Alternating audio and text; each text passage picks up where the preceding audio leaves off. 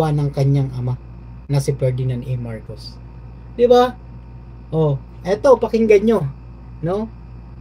Tatamaan kayo dito, mga kababayan. Lalong-lalo na yung mga kritiko at panatikong mga, alam nyo na kung sino yung mga yan. Hindi nyo ba matanggap sa sarili nyo yun? Oh.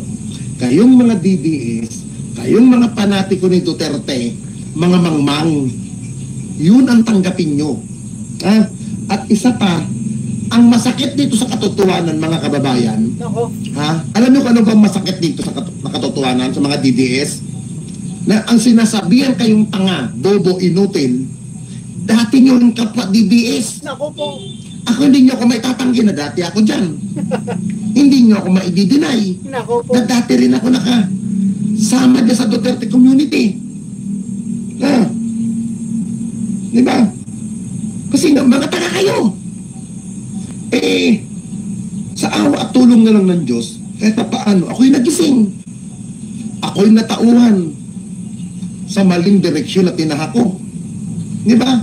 Kaya, salamat sa gobyerno ito. Bakit? Kasi, kahit paano, na kahit ako ay hindi pro-Marcos, unti-unti kong nakikita at unti-unti kong nadadama ang pagbabago at unti-unti niya daw nadarama ang pagbabago ng bansang Pilipinas.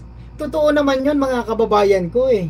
Kasi, di ba, ano ang sinasabi ng mga kabila, mga antay? Di ba, sinasabi nila walang nagawa, kurakot, di ba? No, bangag, adik, ano pa?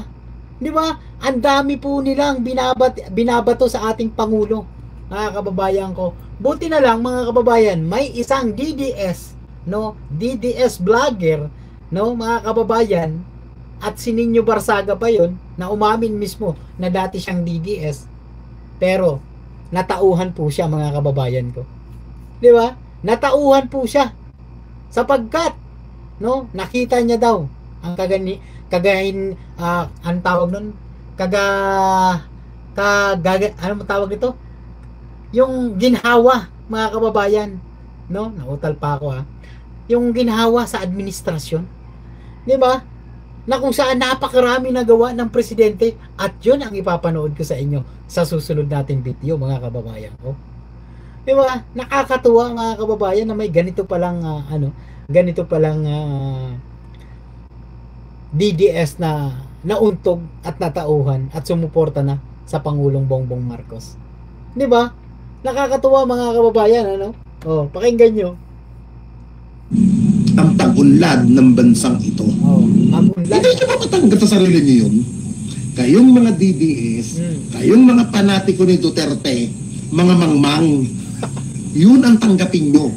Ha? At isa pa, ang masakit dito sa katotohanan, mga kababayan, ha? Alam nyo kung ano bang masakit dito sa katotohanan sa mga DDS? No. Na ang sinasabihan kayong tanga, bobo, inutil, dati nyo rin kapwa DDS.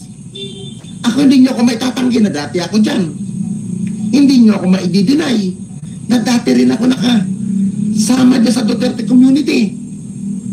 Ha? Di ba? Kasi nga, mga taga kayo. Sa awa at tulong na lang ng Diyos, kahit paano, ako'y nagising. Ako'y natauhan sa maling direksyon na tinahako. Di ba?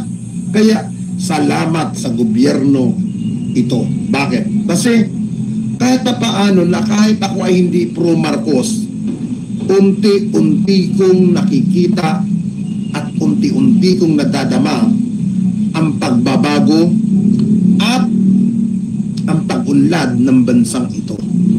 Hindi nyo ba matanggap sa sarili nyo yun? Kayong mga DDS, kayong mga panatiko ni Duterte, mga mangmang, yun ang tanggapin nyo. Ha?